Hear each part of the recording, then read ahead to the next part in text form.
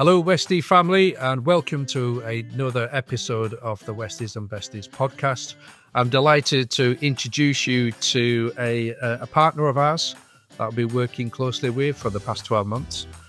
This is Alex Taylor-Grout. He's a natural supplement expert and also a co-founder of Fettle Pets, who manufacture 100% natural wholesale supplements for dogs and also cats. Alex, thank you for joining us. Much appreciated. Hello. No, thank you very much for having us on. It's always a pleasure to actually spend some time to jump on these episodes with like-minded people. So appreciate you having us on. Oh, you're very welcome. Very welcome. So if you just, like we always tend to start, is just give us a bit of background on yourself, or what prompted you, what inspired you to set up Fettle Pets. Yeah. So our story always starts selfishly. So myself and Taylor, so my business partner, we started Fettle around a kitchen table, like most famous startup stories start, in March 23.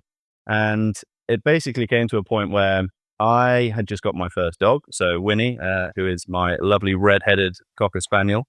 And then Taylor has an entire zoo of animals, 4 dogs, 3 cats, hens, everything else in between. And it's one of those things that we're very much into our own health and wellness as humans. And as soon as I got Winnie, I was kind of looking at the types of food that I wanted to feed her. And you speak to breeders and you want to understand, obviously, the breeder's dog looked fantastic. So I wanted to understand what are you feeding, how are you feeding? And it was kind of a brand new world for me, which was very, very overwhelming, which I found was the first thing. You have people kind of in a raw feeding camp, you have people in the kibble prep camp, and it's almost you have to do this or you have to do that. So that was the first point of call where I was kind of thinking it's difficult and it's overwhelming, the amount of information that's kind of on the internet. You speak to people that have got varied interests and opinions on how to feed correctly, and in my opinion, there's no correct way to feed. We have a mixed diet with Winnie. We keep raw feeding, and we also have some cold press and dry food in there just for ease. We do lots of training with her, so being able to actually go out and about and feed her cold press and not having to have lumps of raw food, I think, in your hand was preferable, especially if we're going away and we've got family members that don't want to touch raw food.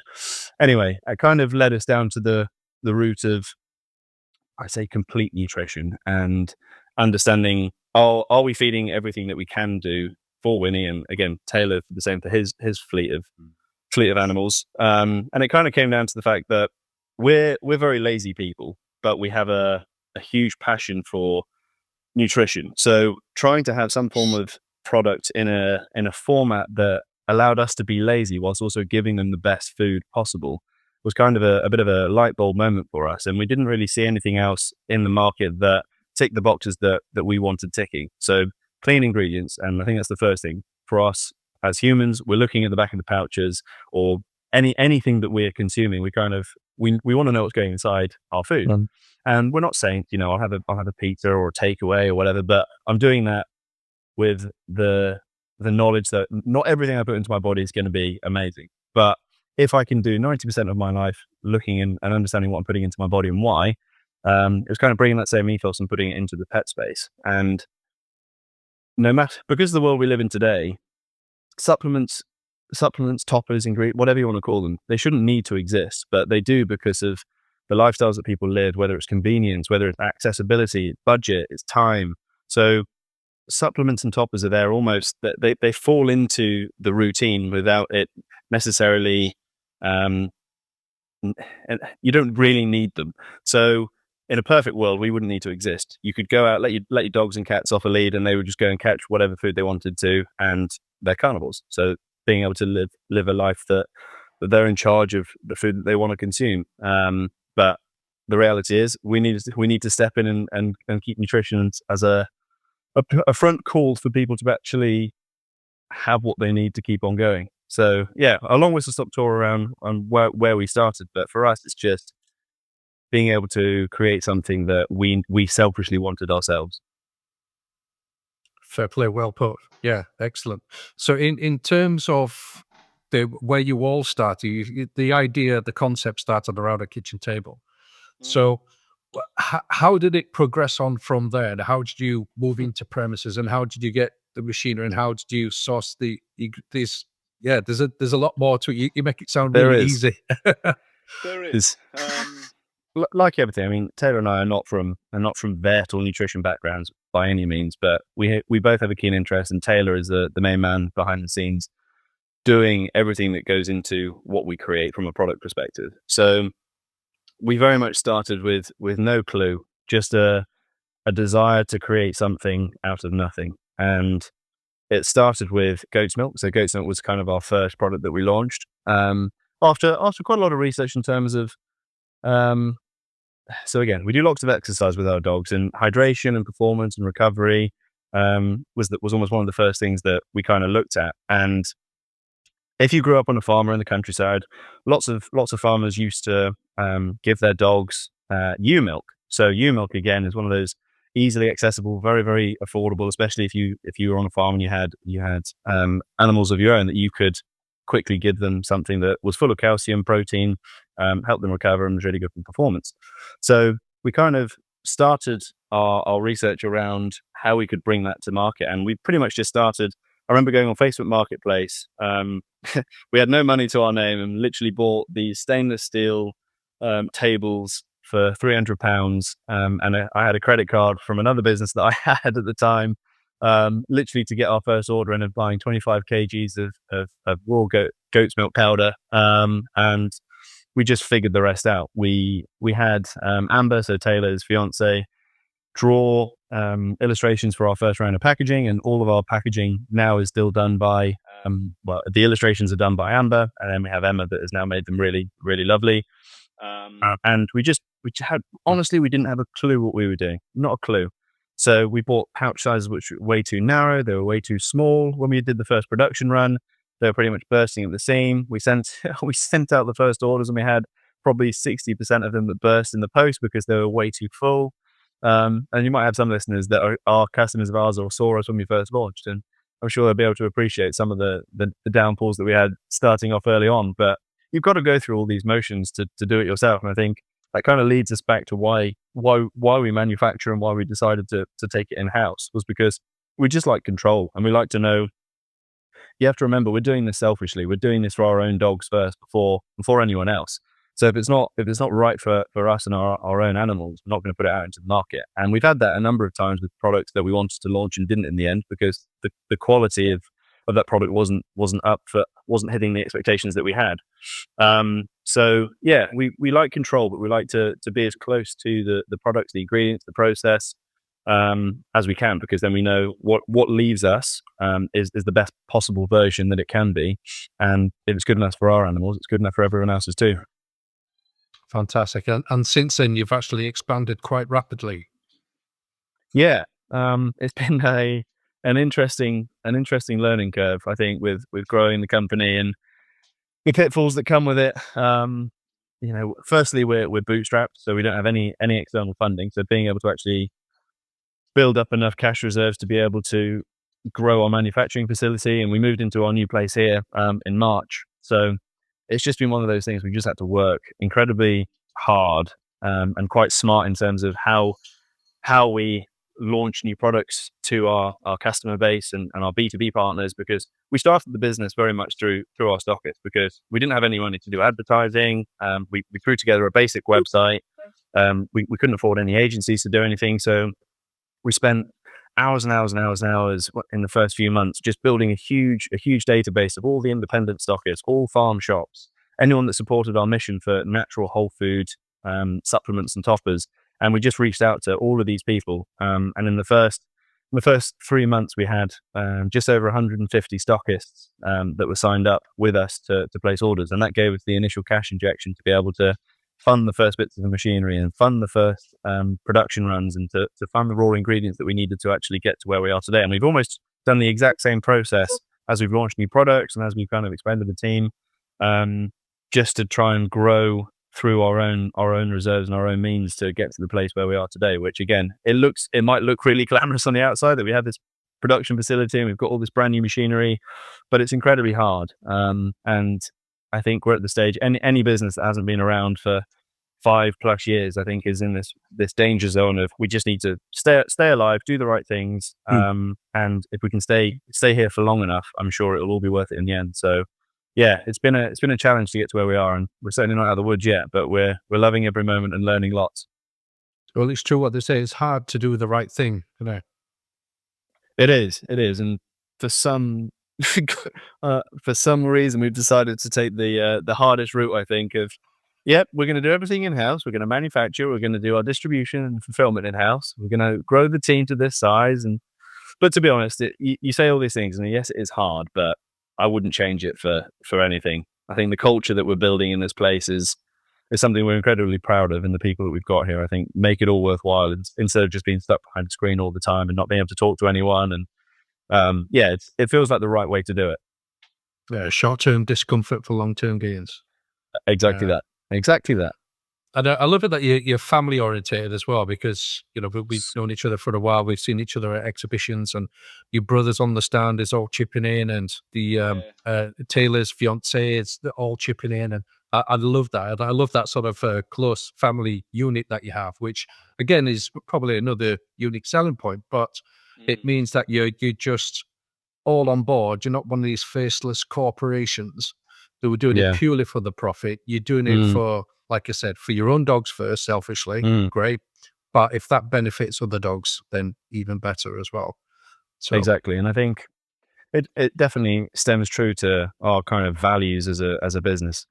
The number of family members we've had involved in the startup, when we literally, we couldn't afford production team, we couldn't afford anything. My dad was coming down, my fiance was coming down, my brothers were coming down to help do production runs, to do anything, like to move things into other places, to pack orders.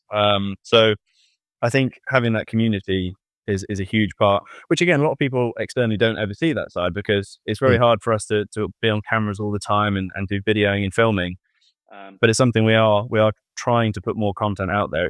It's so difficult when you get stuck in the day to day and everyone's got their priorities to do. But being able to share more of that behind the scenes and who we are as a business, the culture behind Fettle and what we're doing, I think everyone would then it would put a smile on people's face. And I know Taylor always says to me, which always makes me smile, we're like, well, my family is literally like the TV family, meaning you'd watch us from the outside going, no, your family is too perfect. You've got parents still together, you've got brothers that you get on with really well. They're happy to get stuck in at any means, and I'm just there like, well, this is just family for me. This is the norm. But yeah, very, very, very lucky, I think, the people we've got behind us to keep us going when we might have a wobble.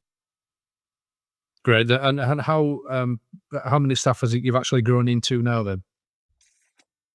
We have seven staff with us at the moment, and we have a few temps as well. So when we're in peak season and we need extra help to do a production run to get orders out the door, we've got other hands that we can call on if need be. And I'm sure my dad and other family members are on hand if push comes to shove.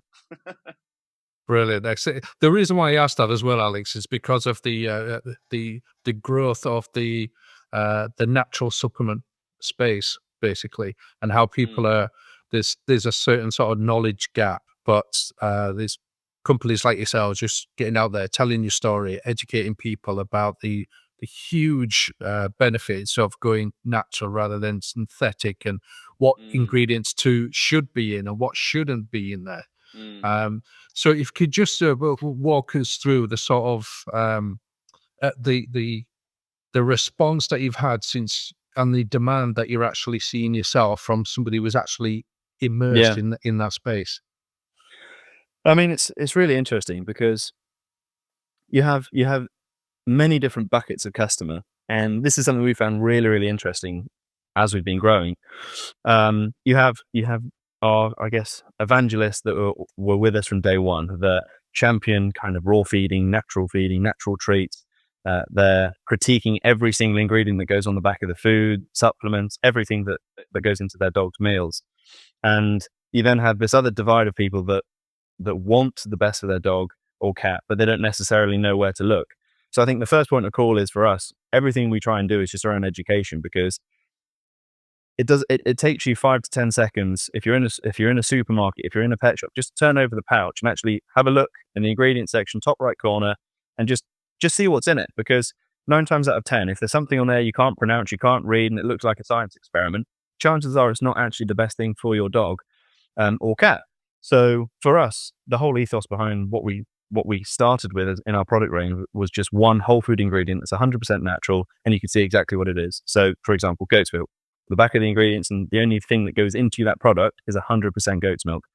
Our kelp seaweed powder, it's 100% kelp seaweed powder. Our pumpkin powder, 100% pure pumpkin pulp. So it's one of those things that we started the product range just with one ingredient because we just wanted simplicity. And I think now that we're investing in our machinery and we're going down to blends, we're still doing whole food ingredients. They're all natural, but multiple ingredients now that we have this blender that we're able to do multiple ingredients. But it's one of those things that unless you want to know yourself what you're feeding your dog or your cat, and the reality is everyone that has a pet of some form, they want them to have the best life. They want to have a long life. They want them to be happy and healthy, and they don't want these problems. So everyone deep down wants the right thing. It's just they don't necessarily, or clever marketing a lot of the time sells them onto things that they think is natural, and they trust the brand. And I think that's something that we have a real hard time with, because the way that we look and feel, we want it to be trustworthy and for you to understand what we are. And our backgrounds are very much countryside lads that are just, we care about what we do, and we just want the packaging and the brand to reflect that. So if people just take 5 to 10 seconds whenever they're looking at trying a new product or changing food, just have a look on the back, top right corner, see which ingredients are going in. And if there's anything you're not sure on, you can't pronounce, Google it, see what it is. And if you're not comfortable with what it is, don't do it, because there's plenty of other alternatives out there. And, others, and there's many other really good companies out there that even if you ask the question to a company, they should just be able to pick up the phone, send you an email or on support chat, just point you in the right direction. And we're always trying to put different blogs out there online and social posts, and trying to do some more podcasts to kind of guide people in that direction on what ingredients to look out for. And I always kind of give the analogy of, if we're going to have vitamin C, instead of having a vitamin C tablet, you're better to have an orange, because full of vitamin C, but there are many other nutrients that go into that help your body digest and put to use that vitamin C. And it's the exact same in every kind of industry. Instead of just having the extract, have the real thing. And that is our kind of ethos behind Fettle. Have the real thing, because there's more than just the vitamin C that does you, your dog, your cat. It fills them with goodness, as opposed to just having something that's synthetic, that's been made in a lab. Exactly, the synthetic thing. Yeah, absolutely. Well, what else have they added in there? The bonding agent and everything else in there that's not necessarily on a lot the of the label. time they do more harm than good. And I think our kelp seaweed, which is all around dental hygiene, is kind of one of those big areas that we had a lot of people commenting on our adverts and just asking us in general and support. And we were just saying, well, actually, there's a lot of bacteria that can be caused by having these chews that help dental health, but actually they do more harm than good in a lot of cases. Mm-hmm. Well, let's say a dental disease is a really popular health issue with dogs. Yeah. That going alongside with obesity. Yeah. So if you could tell us a bit more about the seaweed, the kelp seaweed as well in particular. But why did you choose that? But where did your research lead you on that?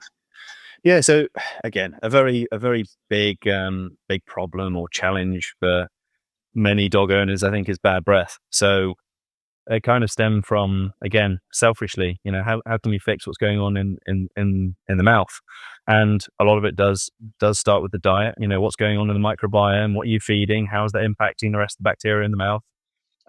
And kelp seaweed, specifically Ascophyllum nodosum, the species of kelp seaweed that we use, has many proven scientific research behind the health benefits of breaking down plaque and tartar naturally and freshening breath. So it's one of those things that, again, we almost look at these bigger categories of problems that arise in our own dogs and in the industry, and how can we create something that can overcome or help that specific problem in the most natural format, as opposed to having to rely on a dental chew that might be full of all sorts of nasties that you don't want, or that you don't need in their diet.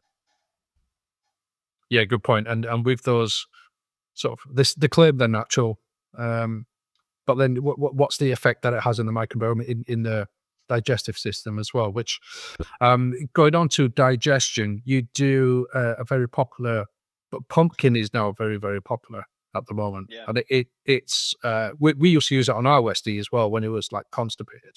It works for that as well, you know. So, why did you choose pumpkin? Purely because of experiences with your own dogs, or is it a demand, or? Again, a combination of both, really. Digestion is a huge topic. It's a huge topic for many dog owners, and I think you always say, I always say pumpkin and poo. So it's full of its soluble and insoluble fiber. So it does two things. One, if your dog is constipated, it helps to loosen it, but it also has the opposite effect. So if you have very loose stools, it helps to firm them up. So many dogs, if they struggle with, I don't know, anal glands, I think everyone's seen their dog scooting on the floor from time to time or having some form of discomfort. So it's one of those things that, again, we always try and collect data from customers, see what's happening elsewhere. And it's just a very simple ingredient that is very clean and it does exactly what it says in the tin. So most people know to judge their dog's health by their dog's output. So it's always a very telling sign to know if there's something wrong, what needs addressing. And I think where we're trying to get to is, sure, it will help to help some of these digestive issues like constipation or diarrhea, but at the same time, it's also then a moment for us to help our customers address perhaps an underlying problem. So yes, we obviously provide the remedy, so to speak, but it's more around targeting the actual problem or the root cause instead of just going, oh, have this because it's the short-term solution to help your dog overcome anal gland or scooting or upset stomach. So it's then going, well, actually, have you noticed any similarities? So, we train our team on how to ask questions to our customers that have problems to say, did you introduce anything new? Were they drinking water from muddy puddles, or were they somewhere that they shouldn't have been and they may have eaten something? So you're then just helping our customers to kind of understand cause and effect, and understanding that it may not just be the fact that your dog has this problem with poo. It might stem with, okay, their diet. Do they have an allergy to something? And many people don't realize that dogs are, or a very popular problem is many dogs have an intolerance to chicken. So again, it's one of those things we can say, well, actually, what are you feeding your dog? Have you tried them on a different protein, and perhaps try moving them over to a different protein like venison, for example, for a week, and then see if that then cures the problem. And then it almost makes our product redundant. Now, sometimes it's a good thing to just have a bit of pumpkin in the daily routine. So for Winnie, for example, we use pumpkin every day, but we don't give a full serving. It's just something that helps to keep her ticking over in the right way. It's a natural prebiotic as well. So yeah, for us, it's more about trying to teach and educate our customers around what other problems could be causing the constipation or the loose stools or whatever else it might be, so that we're just doing the right thing by them, really. Brilliant. And going back onto the goat's milk, you mentioned it earlier, more for the immune support. Yeah. So I like it how you've actually picked just for sort of supplements, but they actually support and actually. Would you say they treat them, or is it more support, or it maintains a balance within the dog's biology? They can do both, and it's more so one of those things we like to.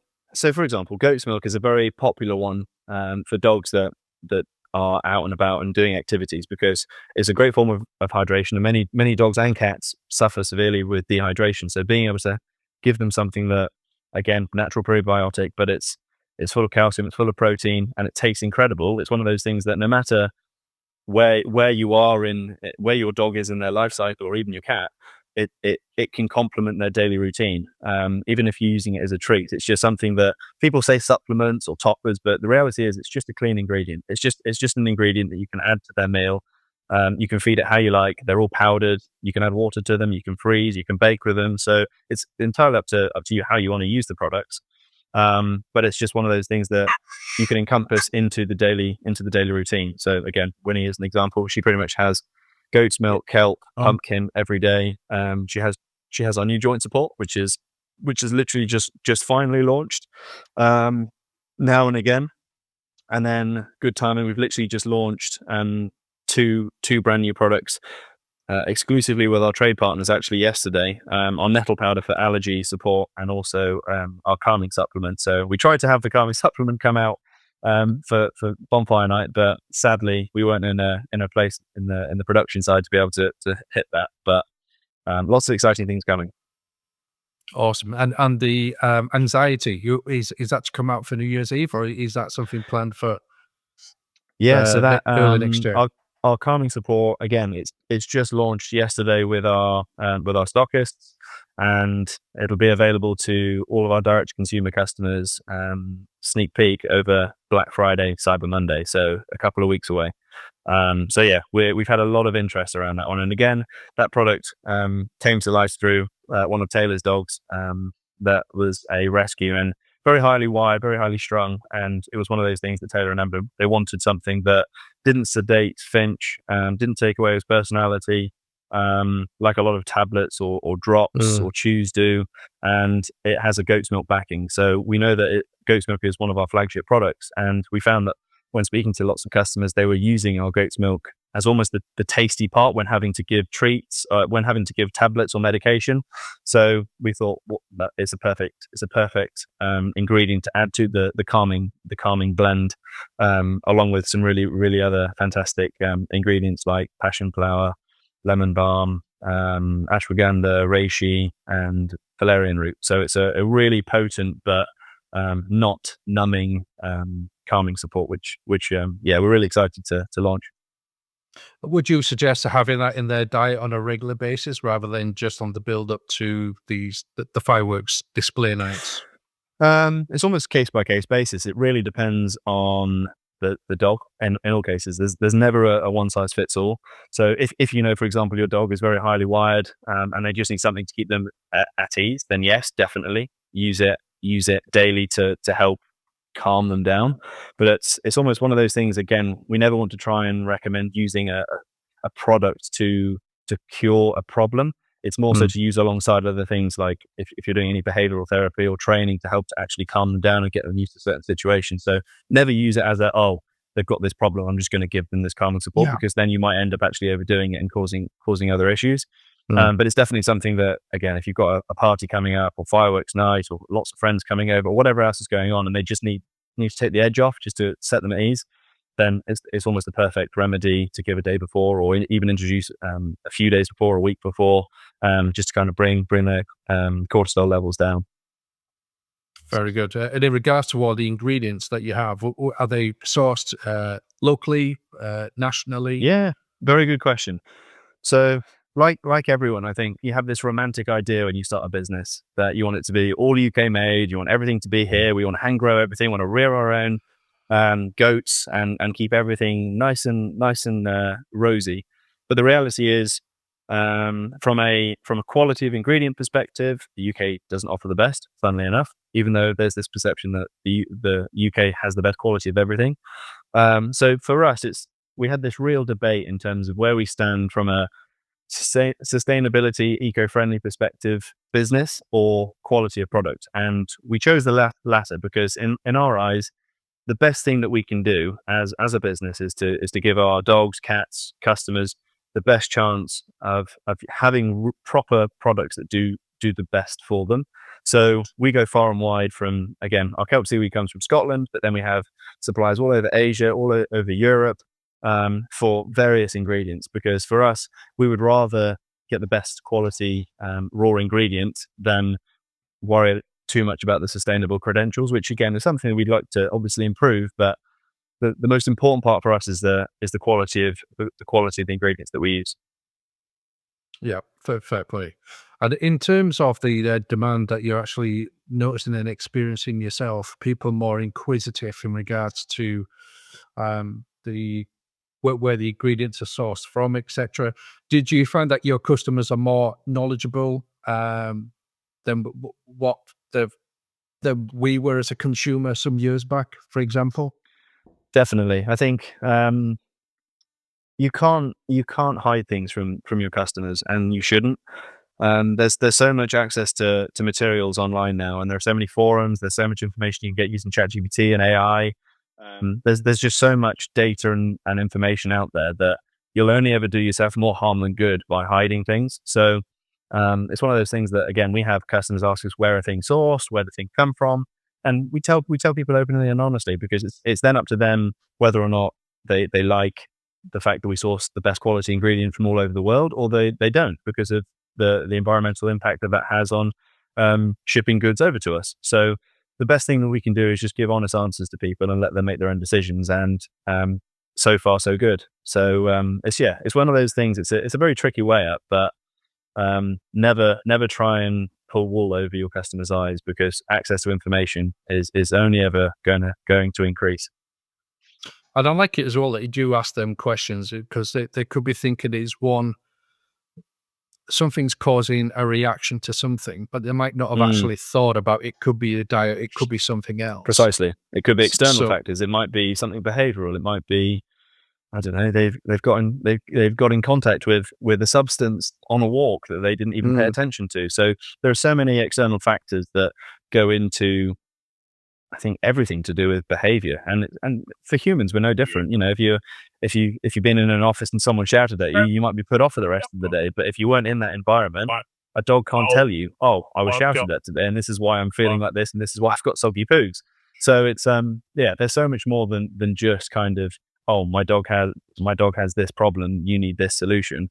It's just trying to just go a little bit deeper, just to understand where the root cause might be. And for us, that's just, hey, look, tell us what's going on. Did you notice anything funny?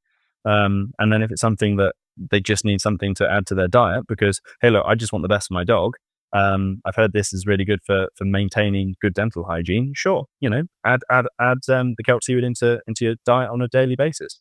So you can either have, this is the problem, this is the solution, but at the same time, you want to do the education around what other things might actually be going on in that dog or cat's personality that might be causing these issues. That's a good point, and I like the honesty about you guys as well, which it's true.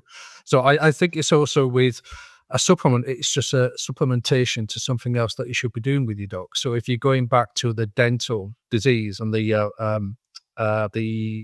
kelp seaweed, yes, you should be brushing your dog's teeth from a pup so they can get used to that as well. So it's just an add-on. It's not a total sort of cure, basically. It's just also it will actually improve it with the help of other things that you're doing with your dog.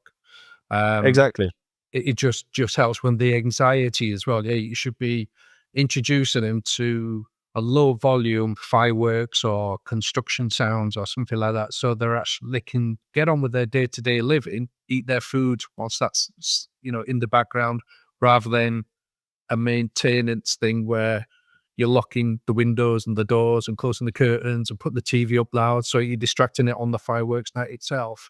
It's just as an addition to the overall well-being of your dog or your cat. And to be fair, and it can be fun. Like, you don't need to see it as this thing where, I have to be really religious about how I give them these ingredients. Like, have fun with it. You can make your own gelatin gummies with any of our products, or you don't have to buy from us. If you want to buy from other people, sure, but you don't just have to use it as a powder. If your dog for some reason doesn't like it in a powdered format, you can go and add water to the goat's milk and make it into a nice goat's milk super smoothie, and then add a sprinkling of kelp to it.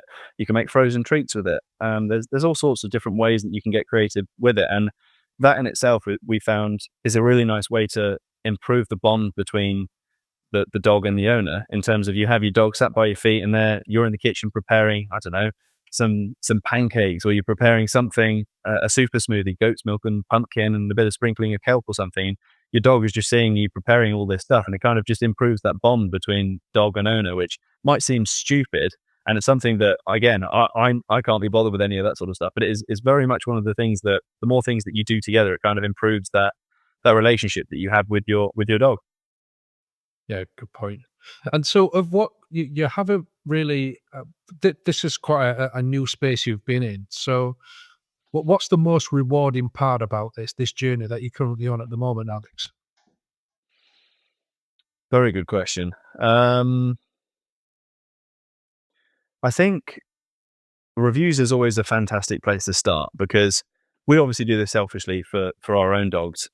But being able to open up Trustpilot or open up reviews.io and being able to just see how you're affecting other people's lives and their dogs' lives. I think that is something that if you're ever having a bad day or something's going wrong, or you need a reminder about what you're doing, I just hop on and have a look at some reviews, because it just then puts it back front of mind in terms of why we do what we do and the impact it has on other people, and not just selfishly for yourself. But I also think the other side of that is we've always just loved building. We've always loved creating something that never existed before, and seeing our products out in real shelves, in physical locations, and having the opportunity to speak to some fantastic people and just create cool stuff. I think we really love that. And being able to build a community with other like-minded people that kind of value what we're building, and they've joined this business because they can see that it's going somewhere. They believe in me and Taylor. They share the same passion for what we're doing. To give dogs their best life for life is kind of our slogan. So I think a combination of the impact that we have with our customers, and also being able to bring really, really good people along for the ride with us, customers, team members, partners, has just been, I think, very, very, very rewarding and humbling. Awesome. Fantastic. And if they're got stuck there, because that was such a great answer, to be honest. Pulling on the old heartstrings. Yeah, exactly. So where do you see the sort of business in the next 12, 24 months then, Alex? Lots of growth again. And I always say it to people, and a lot of people never like to talk about money, but it's one of those things that the more that we can make, the more that we can put back into this, and the more of an impact we can have with other people's dogs and cats. So we just want to keep on growing, and we want to have more impact across the UK. We want to be able to move into different markets. The US is something that puts a big grin on my face, because I think it's a huge market to be able to actually take something that we've got here and put it into a market that is screaming for natural products like ours. Continue growing the team, bringing more great people along for the ride, and some more new product launches to help add to our range. So more of what we're doing, stay in business, and keep doing what we're doing. You mentioned America there, the second largest audience of these our platforms, basically, are American, North America.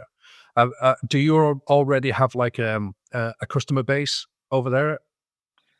We don't. So again, when it comes to exporting, especially into the US, there's lots of things that need to be in place our side before we can do anything.